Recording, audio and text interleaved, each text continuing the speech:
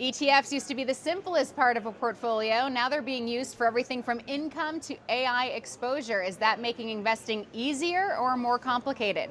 Brian Walsh is head of advice and planning at SoFi and joins us now for this ETF Spotlight. Brian, great to have you. Yeah, thank you so much for having me today. All right, so let's kick things off with that question. Easier or more complicated for the average investor? Give us some advice here. Yeah, I think it's a lot easier for the average investor because really there are more options with ETFs. But what's happened over the last probably 5 to 7 years is the ETF industry has evolved to meet the demands of investors, really solving more than just, hey, I want passive low cost exposure to broad indices, to actually helping investors be able to build their overall portfolio using the advantages of ETFs, rather than being forced to use mutual funds or picking securities on their own. So, in this market specifically, where do ETFs add the most value right now? Yeah, right now we're seeing three areas where ETFs are adding the most value. Number one, with a volatile market, I think we're seeing more of an interest in actively managed funds. So rather than just mimicking in a broad index, actually having managers having their hand on the wheel, making decisions, filling out like the core of an investor's portfolio. The second area is really as investors are searching for yield. I think just with credit spreads the way they are, with yield uncertainty, we're seeing more and more investors look for alternative income sources as they round out their portfolio. Certainly not like their core fixed income exposure, but more of a satellite exposure. And then lastly, we're seeing an increase in demand in thematic ETFs. As people have a thesis or idea that they want to express, rather than having to pick and choose individual stocks, they're using thematic ETFs to say, hey, I want exposure to agentic AI or to the defense industry, those types of things. Okay, so we'll break all three of those things down. Let's start with active ETFs. When does it actually make sense for a retail investor to pay a human to manage the ETF instead of just owning the S&P 500, which would be cheaper? Yeah, that's a great point. Generally speaking, I'm a bit of a financial planning nerd. So I look at the research, and when we're looking at asset classes such as international markets or even small cap asset classes, we tend to see more of a justification to pay the expenses of actively managed funds. Generally, like large cap US exposure, the fees have not really justified the outperformance, so more of a passive approach there. And then the other area where actively managed really makes sense is more targeted type strategies. So whether it be alternative income strategies or thematic exposure, or even funds that rotate across different sectors where you want them to be able to make decisions based on how the market's evolving rather than you having to go in there and say, okay, I want more of a risk on approach, so I'm gonna sell this, buy that. It allows you to kind of buy and hold and let them rotate for you. What are you trying to avoid by going active? Yeah, I think the biggest thing that you're trying to avoid going active is just investing across the broad index, which can be dominated by a handful of names, especially when we're looking at it on a market cap basis. And that certainly can be valuable. Like those companies have grown to extreme levels, and generate significant amounts of wealth. But at the same time, if you're taking a more targeted approach, like maybe in the small cap space, the international space, those types of things, you give the manager the flexibility to make decisions rather than just being invested in the broad index that could be dominated by a handful of names.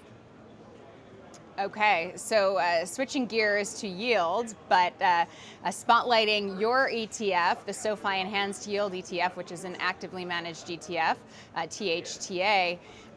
That is an opportunity to get some income, right? Income used to be simple, it's not as simple anymore. So talk to me about where investors are actually finding income today without taking huge risks. Yeah, I think we're seeing the core of investors' income portfolios still being in fixed income, more exploration into dividend-paying stocks. But then over the course of the last several years, we've seen increased interest in using the options markets to generate income. We talk to retail investors on a regular basis through the financial planning team I lead. And people are asking about, okay, what are covered call strategies and how do I put this into place? And sometimes people want to do it on their own. Other times, having a fund that can generate income by writing options against the portfolio Mm-hmm. can be a way to simplify that while generating higher yields. So we're seeing these types of strategies come into play. We're also seeing other types of alternative ETFs being used to generate income. And it really is kind of like the smaller portion of that fixed income, where it's not going to be everything. Most of the time, we see people with like a core and satellite type of approach where, 70, 80% of a portfolio would be their core holdings. Think, fixed income on that side of things. And then 20 to 30% would be alternative source of income, whether it be dividend paying stocks or whether it be Mm-hmm. ETFs like Theta that write option strategies to generate that income. Okay, so THTA, correct me if I'm wrong, is essentially selling volatility on the S&P 500? Yeah, so essentially what we do is we use T-bills as the collateral, and then we will sell options that are designed to generate income as long as the volatility is within like a 98, 99% band from a probability perspective. Really capturing, okay, if the market's going to be volatile, then we can generate income based on selling these option strategies, and we'll sell them on, broad indices like the S&P, NASDAQ, things like that.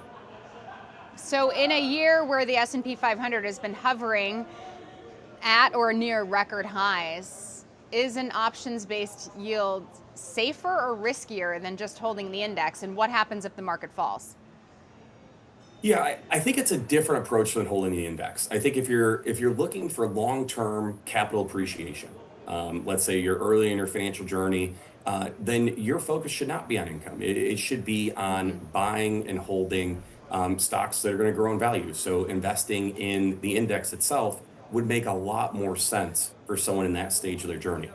On the flip side, if your focus is on income, let's say, you have a short-term goal or you're, in retirement or near retirement, then really it's going back to saying, okay, I'm either going to generate income through things like fixed income, through alternative sources like Theta, for example, that writes option strategies, dividend paying stocks, those types of things. So just a different use case.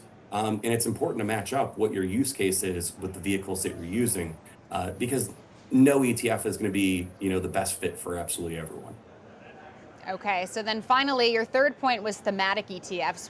Where do thematic ETFs fit into a regular investor's portfolio right now? Yeah, it really fits into the satellite sleeve. So talking about like that 20, 30%, that's what we see most investors want to do, where they have, 70, 80% that is in their long-term core portfolio. It's diversified. We want to keep costs low. We want exposure to the broad economy. And then 20, 30% allows them to be a little bit more tactical, whether they want to make those decisions on their own because they have, underlying beliefs that agentic AI is the place to be, or defense or cyber, you name it. Or it's also an opportunity for portfolio managers to express conviction in certain areas. Like, for example, I also lead our robo advisor, and we will Mm-hmm. have a smaller portion of our portfolio that is really taking concentrated positions in specific industries or sectors because we feel that they have the ability to grow more in the long term than the broad index or the broad market. Okay, so one of your thematic ETFs is the SoFi Agentic AI ETF AGIQ. What does exposure actually look like there? How is that different than owning the Mag 7? Because I do see some of the biggest holdings, Alphabet, Nvidia, and Tesla there. Yeah, I think it's impossible to really gain exposure to AI in general without some of those big names. So we want to make sure that we include those. Really, the focus of this portfolio is not only on the companies that enable agentic AI, so think like the hardware providers, those types of things, but also the companies that are adopting agentic AI and then using that to improve their customer experience, improve their operating experience. And that's really where we will differentiate, where the focus is agentic AI, and it'll be both on the enablers and the adopters. So you may see companies, for example, Deere is in there, and you may not think Deere Hmm. is a technology company, but they're in there because of their ability to adopt agentic AI as far as their operational efficiencies and their logistics, supply chain management, those types of things. You talked about keeping the costs low. Every time we do an ETF spotlight, there's usually a comment saying, yes, but what about the fees? So, because a lot of these newer ETFs do come with higher fees, how should investors think about whether they're worth it? Yeah, I mean, really, fees on their own are not always a bad thing. And that's coming from a financial planner. It's about getting value in exchange for those fees. So if you're looking at something like a broad index, then realistically, there you want to get as low a fees as possible because, quite frankly, those are extremely cheap. As you start getting more nuanced into different types of vehicles, whether it be in an alternative income or thematic, those are more technical strategies that are going to ultimately cost more. And the general idea is, hey, I want that exposure. I feel that exposure can generate income or generate excess returns that justify those fees. But generally, like you don't want to pay extremely high fees, like the same as a thematic ETF for broad market exposure. It's about picking and choosing your battles when it comes to fees. So, if I have cash today and want to invest some in ETFs, where's the best place to start? Yeah, I think the best place to start is by building out the core aspect of your portfolio. Diversified, low cost exposure, and that can be accomplished through a variety of ETFs. That's the most important thing when it comes to investing for the long term. And then the more, nuanced or, satellite type strategies, those should really be what fills it out. But the core of your Mhm. portfolio, US equity exposure, international equity exposure, like that's always going to be the bread and butter of your investment portfolio. We'll leave it there. Brian Walsh, Head of Advice and Planning at SoFi. Thank you so much. Really appreciate you spending some time with us. Yeah, thank you so much for having me. If you're looking for more investment ideas, check out our previous ETF Spotlight on a strategy built to capture deep value opportunities.